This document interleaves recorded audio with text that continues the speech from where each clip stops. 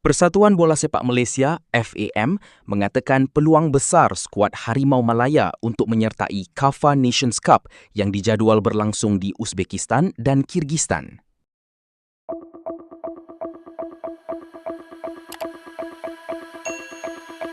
Perkara itu dinyatakan oleh Exco FAM, Datuk Zainal Abidin Hassan yang mengakui pihaknya akan mengadakan satu mesyuarat bagi membincangkan penglibatan anak buah Peter Klamoski di kejohanan dui tahunan itu nanti.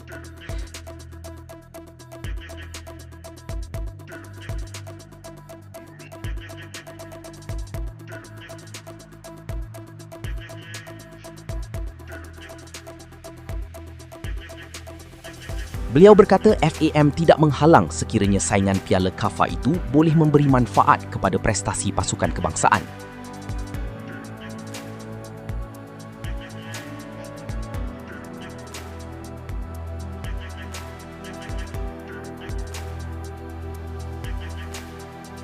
InsyaAllah, jika ada kebaikan untuk pasukan kebangsaan, bagi saya, benda yang baik kita akan mengambil bahagian untuk kebaikan bola sepak, kata beliau.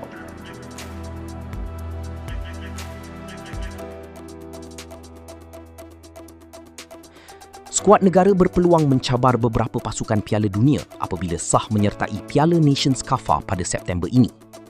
Antara pasukan yang akan bersaing adalah juara bertahan Iran yang sudah mengesahkan slot ke Piala Dunia 2026.